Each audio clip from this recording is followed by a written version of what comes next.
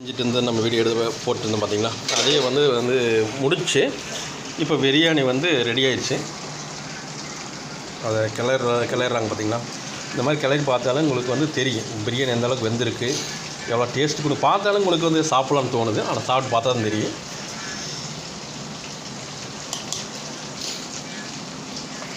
அதாவது உங்களுக்கு பேசிக்கான அரிசியில் இந்தளவுக்கு ஆயிருக்குன்னா ஒரு பெரிய விஷயம்.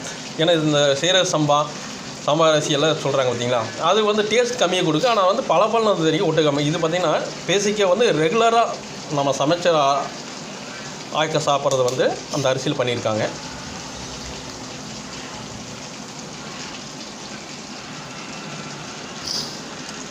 இது எத்தனை விசில் விட்டீங்க? 2 விசில் விட்டுருக்காங்க. அவ்வளோதாங்க, பிரியாணி ரெடி. சாப்பாடுக்கு நீங்கள் ரெடியா? அந்த மாதிரி ரெடி ஆகிடுச்சு. நம்ம உட்காந்து சாப்பிட்டு பார்க்கலாம். நான் சாப்பிட்டு பார்த்துட்டேன், நல்லா இருக்குது. மீண்டும் அடுத்த வீடியோ சந்திக்கிறேன்.